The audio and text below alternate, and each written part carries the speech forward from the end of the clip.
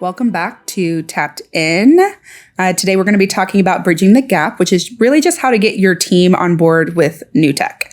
I'm Anna Summersett, and I'm here with Benson Varghese, managing partner of Varghese Summersett and founder and CEO of Loft, a revolutionary case management system for law firm growth, which we're going to be digging into a little bit today. So, Benson, can we start off by talking a little bit about your decision to create Loft, why it exists? Well, let me first just acknowledge what a great plug that was. Thank you. Thank you for doing that.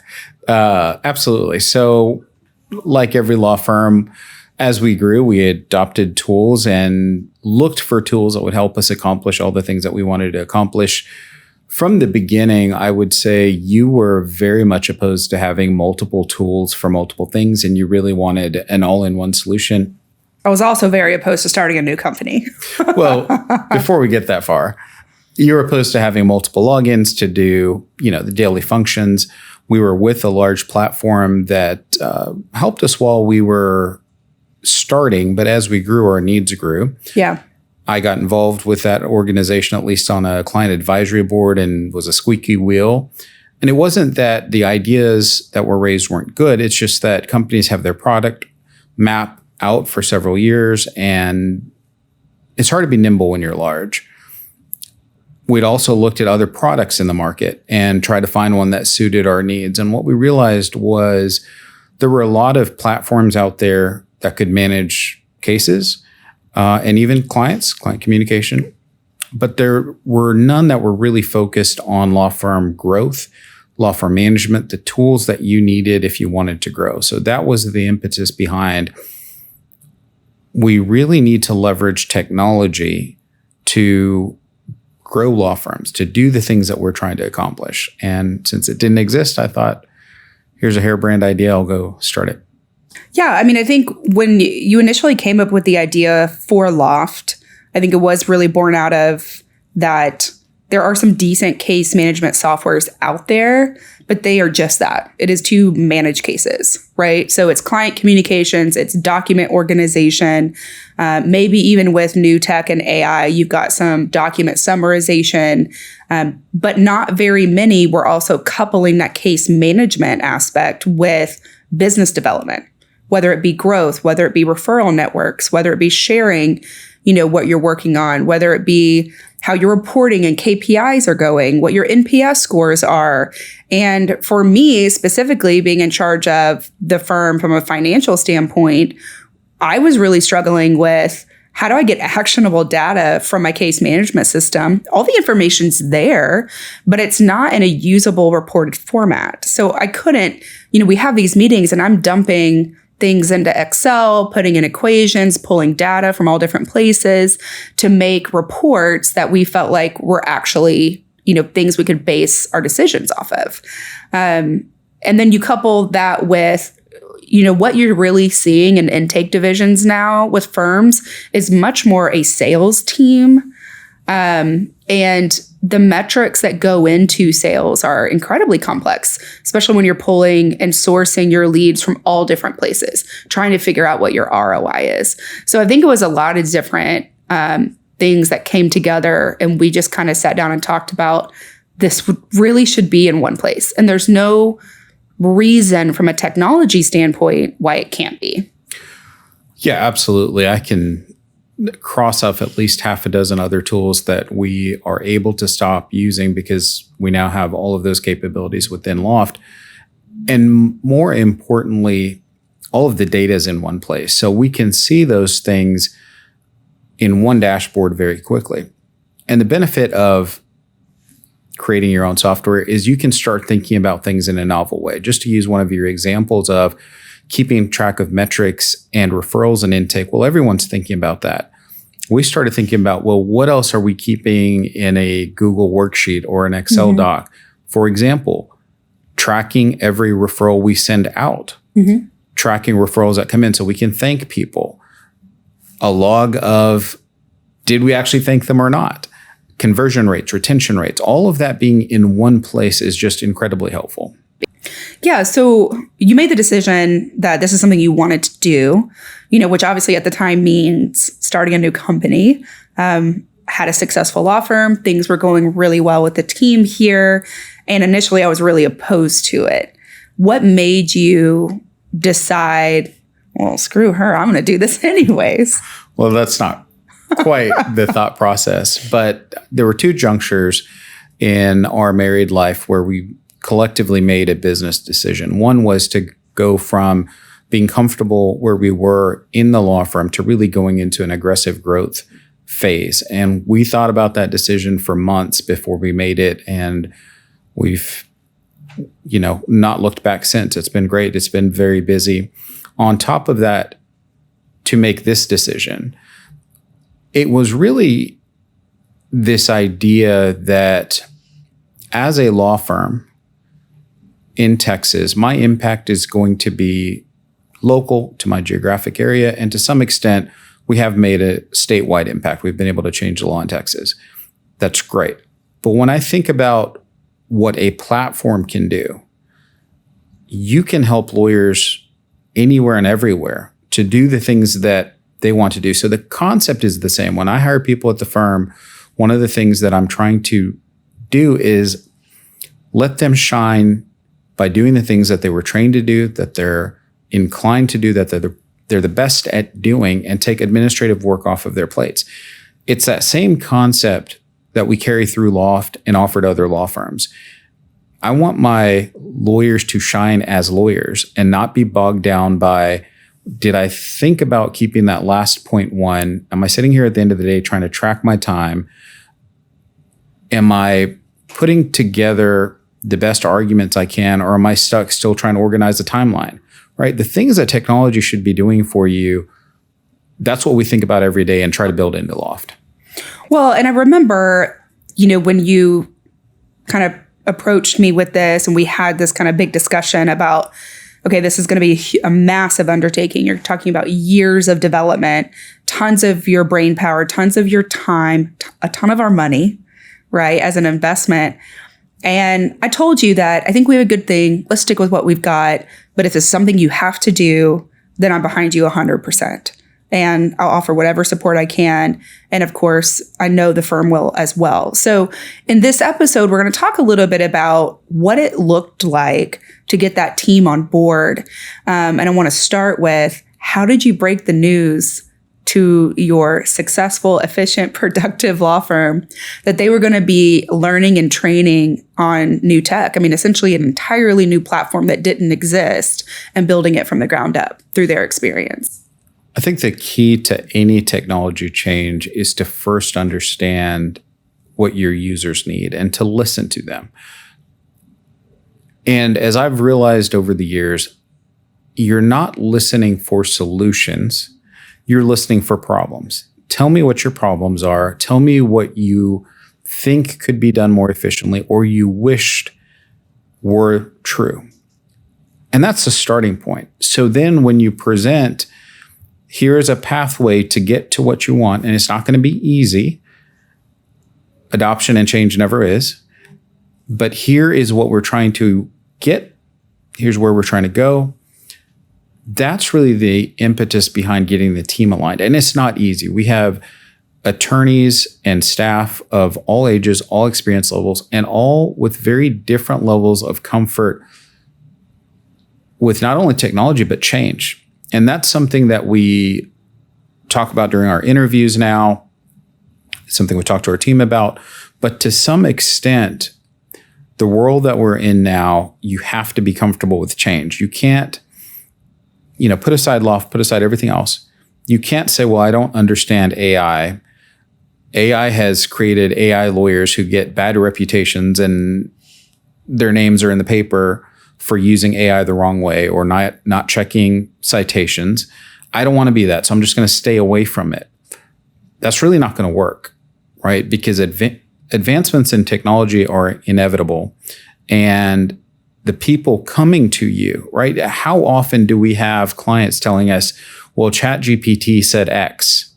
Well, I've got to understand how that works to be able to have an intelligent conversation about, well, here's why you should listen to your attorney over what ChatGPT says, and be able to articulate that, because otherwise people think it's just like Google, and I'm going to get a perfect answer. And what Google puts at the top or what ChatGPT says must be right. And so the world we live in just changes too quickly for us to not move with it. Well, and I want to unpack something you said earlier a little bit, which was when you're talking to your team, you're not asking them for solutions. And that kind of reminds me of your position on things when you started the firm, which is, I didn't get a lot of advice on how to do this or do this well, but all the better for it, because you didn't have these preconceived ideas of how things needed to be. You were looking at problems and had infinite possible solutions because you weren't doing things the way they had always been done. So to a certain extent, do you think that when people bring you solutions, they are essentially limiting to what they feel comfortable with, what they're prepared to do, and you're kind of limited in how you can solve their problem, as opposed to they bring you the problem, right? Then you can kind of expand their horizons or expand their mind on what the potential solutions could be. As law firm leaders, which I imagine most of our audience is, in part, you're an architect, right? People have to be able to bring you their problems as problems, because I agree, if they've already come up with the solution they think is right, they are looking at it through a limited lens. But you as a leader have the obligation to see things and say, here's how that's going to affect everyone else. Here's how that is or is not going to scale, both into the future, but within the team. And here's why the system makes sense. And that's true in terms of law firm leadership. It's certainly true in terms of my role with Loft is, absolutely, I want to hear your problems so that I, with the right team members, can consider all solutions and then pick the best one from that. So what was the team's initial reaction, if you can remember? Was it excitement? Was it hesitation? Was it fear? So 3 years ago, when we rolled out Loft, we rolled it out to first our personal injury division. And it coincided with the creation of that division. So they were not bringing in old information or previously existing cases. It was the only CRM they had been on as a unit. As a unit, right? It was a new unit, and it was new software for them. So it was kind of perfect timing for them to be the guinea pigs. Absolutely. And that was important because certainly Loft is far more robust today than it was when we rolled that first version out. Yeah. It essentially goes through revisions every 2 weeks, and we're adding things and we're making it better constantly. So imagine 3 years ago, it was quite rudimentary compared to where it was today. So the unit grew as the software grew. Today, we can onboard divisions and firms easily because we went through that natural very painful growth. Process. We did. And well, you kind of put it this way. You were in a unique position to grow the unit and the software together. Correct. So as their needs grew, so did the capability of the software. They all started with a great idea, but a pretty elementary kind of operation.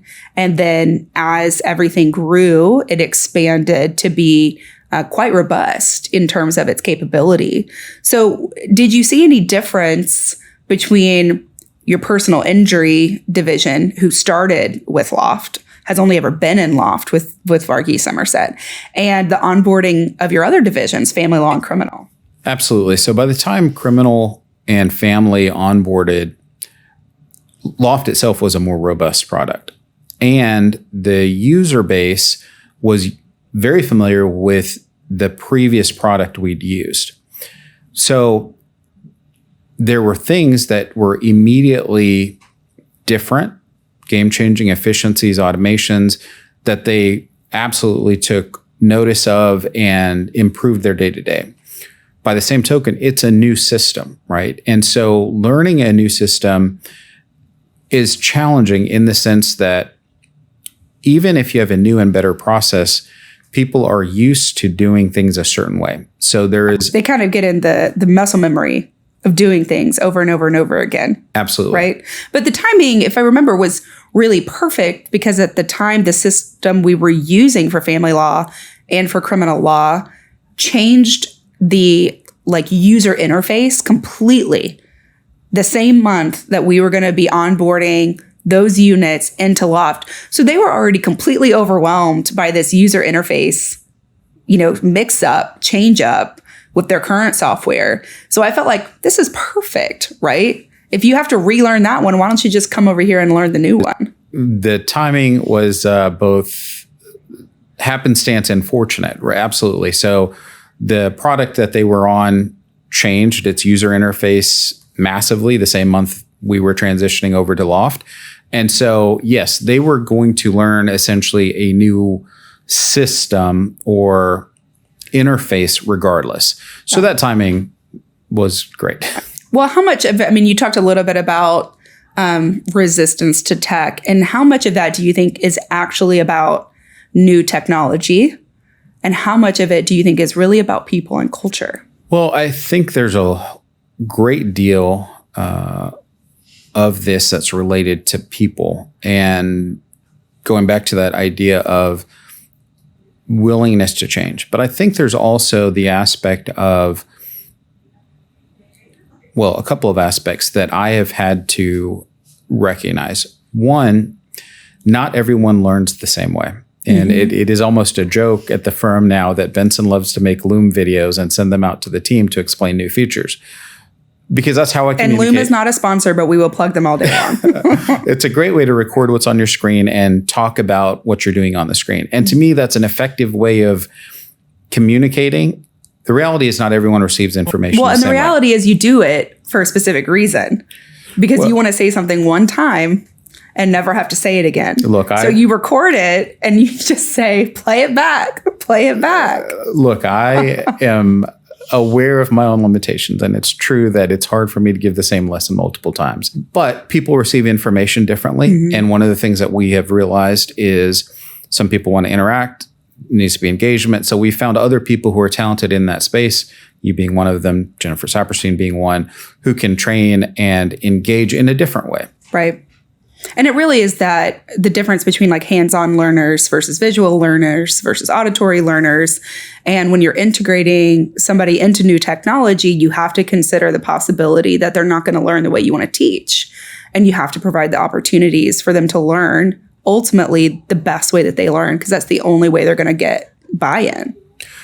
Absolutely. The other human facet that I've recognized is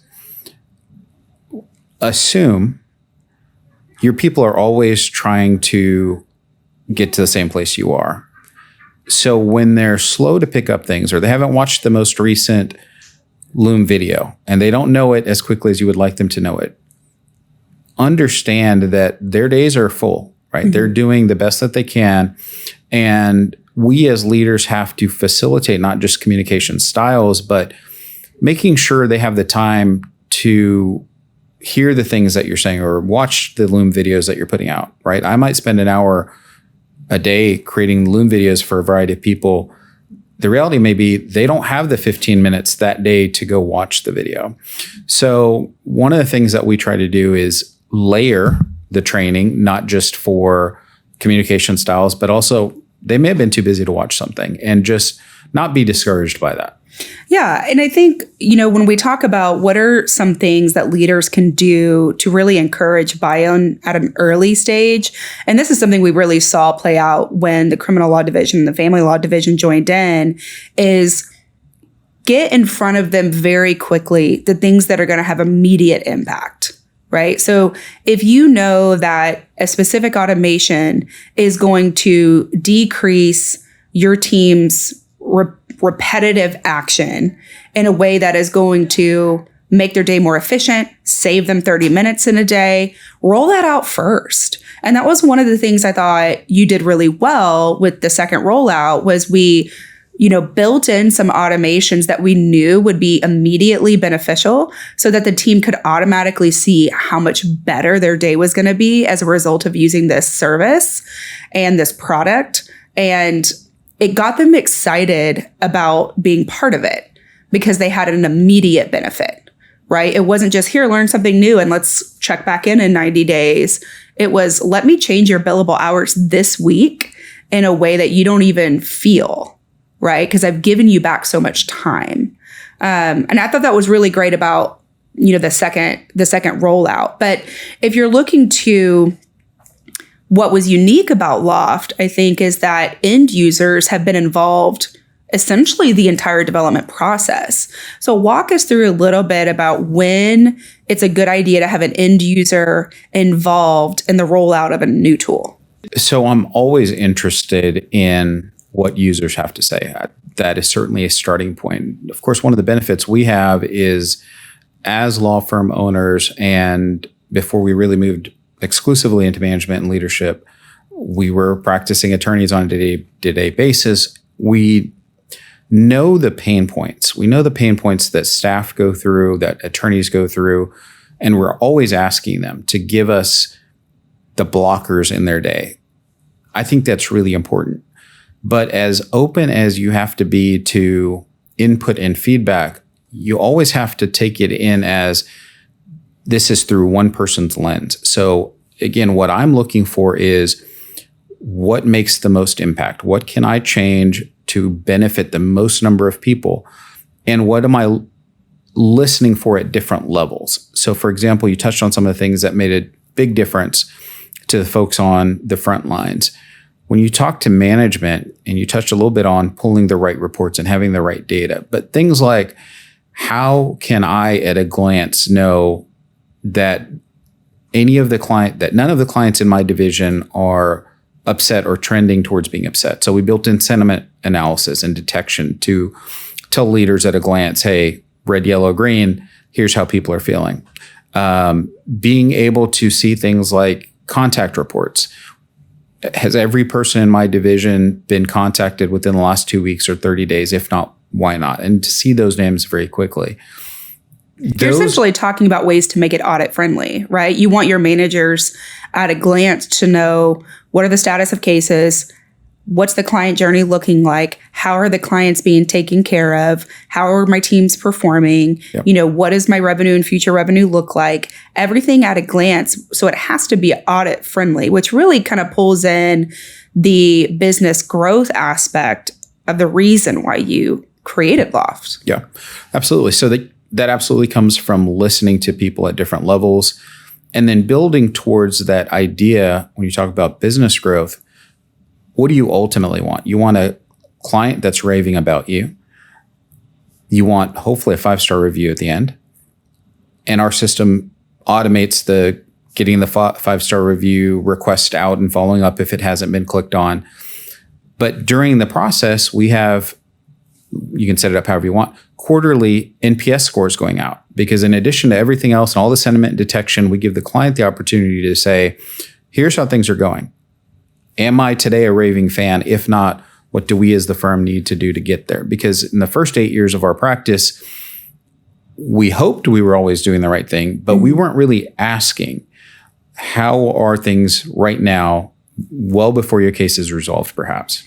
Well, and I've been curious about kind of what the long-term impact of that would be.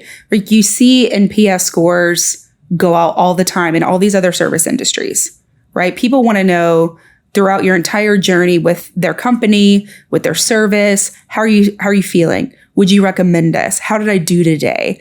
And I've wondered why it was never really incorporated into law firms. And a part of me is like, well, if you're hiring a lawyer, you're probably not in the best spot in your life you've ever been, right? Most people don't come to lawyers on a happy day. They've been sued, or they need to sue someone. They've been injured. They're going through a divorce. They or somebody they know has been investigated for a criminal offense, been under arrest. Somebody's passed away. You're looking at estates and probate. So maybe because you're not getting them on their best day, right? Lawyers really don't want to engage in that question of how am I doing, out of fear that they're going to get a poor response.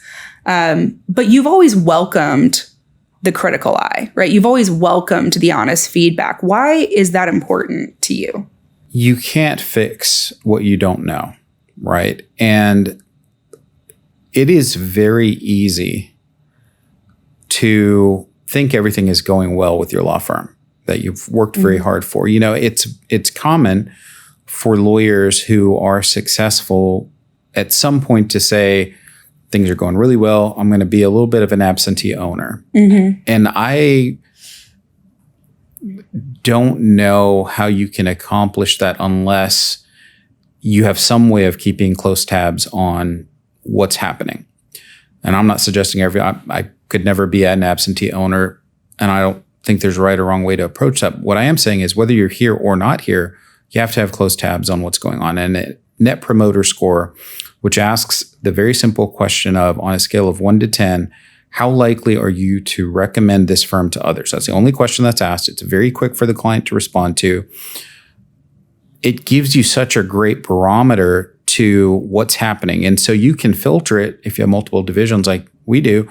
You can filter it by, well, what's a Net Promoter Score for each division? How are my attorneys doing? Where do I need to focus my attention so that at the very end, when I'm asking for that 5-star review, it's not a surprise. And hopefully, if there was something that was rocky along the way, I've had the opportunity to correct it. Well, and you've talked about several things that certainly don't sound like they're very common in the marketplace for CRMs, Net Promoter Scores, automation, workflows, the financial reporting that you've built out, the sentiment detection. I know there are some others like the AI summarization, the AI timeline of events. How do you, when you're rolling this out to the team, do it in such a way that they're not completely overwhelmed by all the newness? Well, within our firm, what I try to do is, and again, falling back on my love for sending out these videos, I try to tag them. The looms. The looms. I try to tag them and say, this is important for the personal injury division. This is important for everyone. This is important, if you're in management. And if it's really important, I won't put it on the main thread. I'll put it in a message that's directed to the user group that it's impacting. I think there are clever ways that you could use technology to even improve that communication, but that's how we're doing it now. And again, just recognizing that not everyone's going to be able to watch the videos immediately. If it's that important, I'm going to find another way to make sure they understand it. We have Workshop Wednesdays, for example, where we'll sometimes touch on a new feature. Sometimes I'll ask for, what's your biggest problem with Loft right now? Because if someone tells me something that I know there's a solution to, I'm not going to get upset and said, well, I sent you a Loom video on that. I'm just going to say, hey, why don't you try it this way? And so often through that back and forth, we're able to say, oh, well, that feature actually exists. Here's how you would go about using it. Well, I think one way too that's worked really well for me when I do a lot more hands-on, training with Loft, because that's the kind of learner I am, right? So I'm sitting down with people, having them show me how they're doing things, talking through their pain points, why are you doing it that way? And we always say we're challenging the process, not the person. Absolutely. Right? So we're challenging the process, the way you're doing it. And something that I've found to be effective is, as I'm meeting with different people, I'll show different people different tools. So I don't show everybody 50 tools at one time, right? Because the chances of them adopting that are very, very slim. But I'll focus, like for a whole week, I'll be focusing on automations and how granular you can get with your details and how specific you can get with your triggers and your action items and your delays and how helpful this is. And, the next week I'll switch over to the timeline feature. What's the best way to utilize it? How are you using it in your medical record summaries, right? In your pre-demand preparation. The next week we'll be going through, templates and how you can so greatly customize your fields that it's really just a click of a button to get near anything done. And then you just fax it right from Loft. And getting them excited about, you don't have to open up this app over here, fill it out, save it, PDF it, scan it into a fax machine, send it off. And when you kind of give them those little bite-sized pieces that they can actually digest, we're not expecting you to do all 50 things at one time, but let's master this one thing well. Tell me how it changes your day-to-day, right? Watch it change their day-to-day. And then they become your biggest advocates for that new feature, right? Then they're going around telling everybody else, have you tried this in automations? Have you built one out for your cases? This is what it's doing for me. I haven't had to send a follow-up text or a follow-up message to a client in months, right? I don't have to do any of my own follow-up on intakes. And they're advocating for you, which really helps with that kind of integration of new features. I think it's important for law firm leaders to challenge processes. Take loft out of the equation for a moment. As you're trying to find efficiencies and ways for your law firm to improve, a great place to start is just have folks walk through their processes with you. It's sometimes really surprising as you're walking through that process to see how many efficiencies you can find. And again, to be able to say, I'm not challenging you or how you like to do things, but did you know that if you do it this way, you might save 10 minutes a day, right? 10 hours a month. and it adds up, right? And so you're always looking for ways to improve. And I think the firms that do that are certainly the ones that are going to have the edge. Well, and it's almost, out of necessity. I mean, it is shocking to me that firms can run without standard operating procedures with any consistency. And the reality is with law firms, when you're building out a law firm or you're growing a law firm, you are hiring, generally speaking, from other law firms, which means that your paralegal, your lawyers, your legal assistants, your receptionists, they all have a previous way of doing things. Maybe it's a different CRM, maybe it's a different type of computer, maybe it's a different type of printer, maybe it's a different type of phone, maybe they're using voice over IP or they're not. They've got their methodology, like all the way down to how they label their files. And they come in with that kind of muscle memory. When they come into your firm, they're going to continue to do things the way they've always done them, right? Unless you have a standardized way of how things are approached, what your process looks like, what the expectations are, and get everybody aligned on what that is. So it is remarkable to me that firms function at all with any real efficiency without having kind of a threshold for this is our standard way of doing things. I mean, it was as we kind of transition the conversation into what are some mistakes that have been made, right? And what are some barriers you face that have been difficult to overcome? And I think about, we spent a lot of time at the beginning of the rollout getting people excited about new features that did not exist on the market, right? And showing them how it's going to change their lives, truly, how it's going to change their work life. And we were so excited about the implementation of the new features and how people were using the functionality of Loft. And we weren't focused on how they were organizing the data within Loft. So fast forward 5 months down the road, and you're rolling out new features every other week. And we get a new feature that is AI-based, searchable content. But because people aren't labeling things in a consistent way, right, it makes it very difficult to go back and audit, whether it's medical case expenses, to see at a glance what documents have been received versus not received, what records, bills, affidavits have been received on PI cases. And so sometimes the struggle is, yes, get excited about new things, integrate into new technology, refine your processes. But don't forget the foundation on which you're building it, which is the manual input of information. And having a standardized way of doing that to ensure that you're organized. So you're getting good data whenever you're pulling those reports, right? Because bad data in, bad data out. There's really no excuse today to not have written standard operating procedures, SOPs. And I say that for multiple reasons. One, and it's so much more true today than it was even a year ago. Technology has advanced to the point where you can literally dictate how you do something, record it, turns into an MP3, it gets transcribed, it becomes an SOP. All of the AI platforms out there will make it look pretty, and more importantly, point out what you're missing in your SOP. I know this really sounds like an advertisement for Loom, but Loom recently, like in the last couple of weeks, at least as far as I've noticed, now understands when you're explaining a process and it prompts you with a button that says, do you want to create an SOP?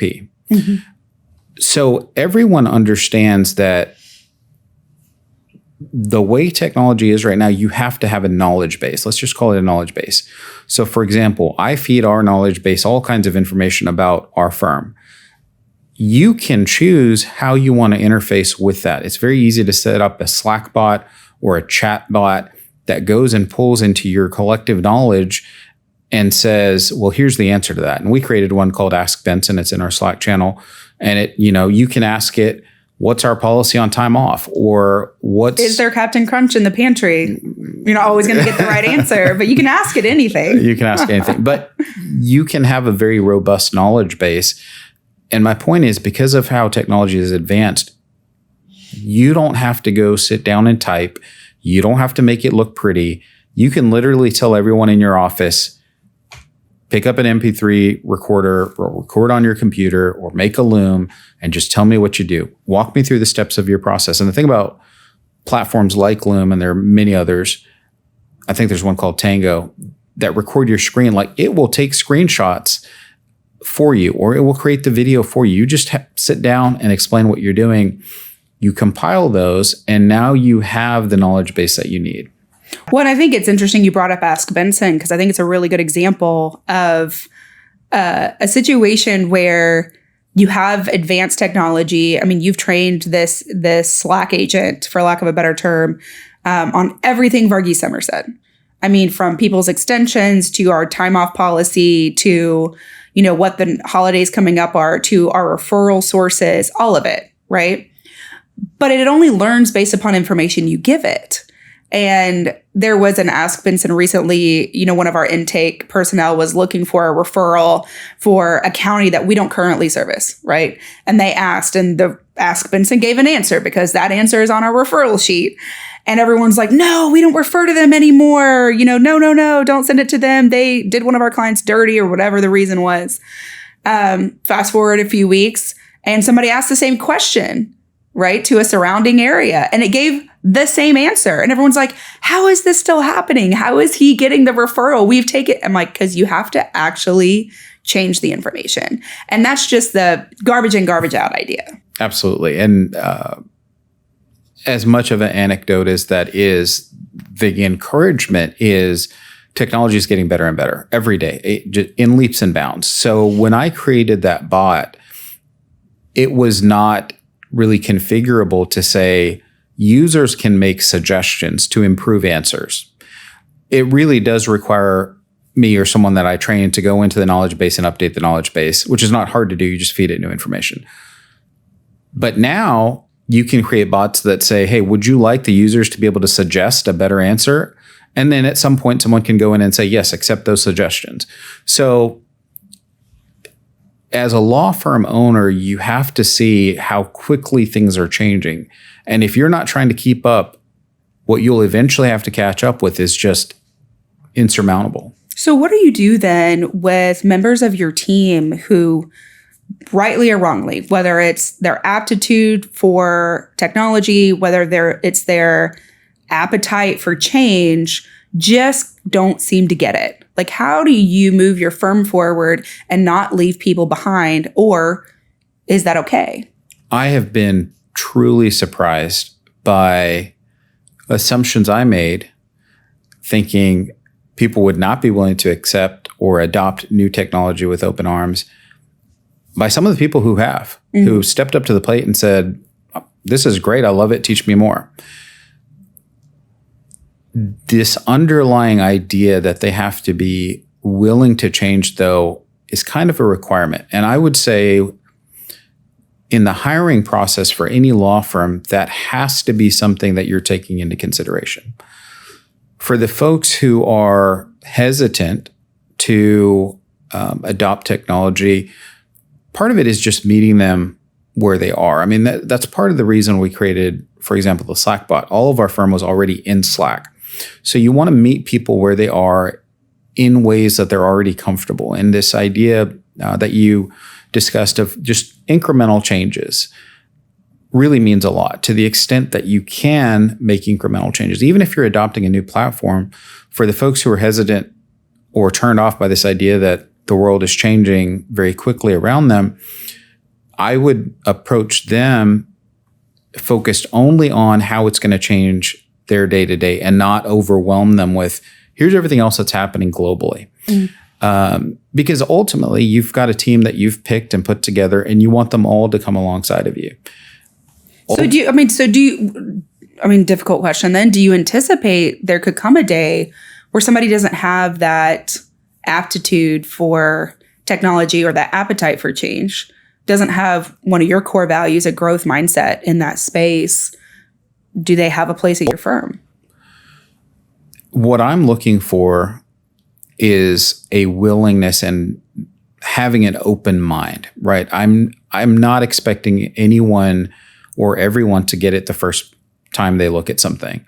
But if they have a willingness to learn and they're open to it, then I'll work with them. But yes, if they came to me or we reached a point where they no longer had a growth mindset and they were not willing to explore and try to learn, then yes, I would say, you are not the best fit for our firm right now. Doesn't mean you wouldn't be a great fit somewhere else. So what it is, paper files, maybe. and there are still firms that do that, right? There is a place for that person. There's a place for everyone. Yeah. And maybe some of those lawyers are retiring or approaching retirement age. I don't know that it's going to go on for the next 20 years, but yes, certainly there are people who still like paper files. Yeah. Well, to the extent that, and we'll kind of use this to wrap up, but that you're talking to firm owners who are considering getting on a platform for the first time or changing a platform because they see the new functionality or efficiencies of a new platform, whether it's Loft or something else. What encouragement do you have for them about what that process could look like if it were successful? When we talk to people who have come from other firms, who have been on other platforms even recently, and you hear about how inefficient things are in some systems, the encouragement I have for people is there are massive efficiencies out there. I think just take yourself out of the law firm for a moment. The way people talk about AI and ChatGPT, we are on the brink of the first year of Google and how that changed the world, right? It's going to change the world even more profoundly. And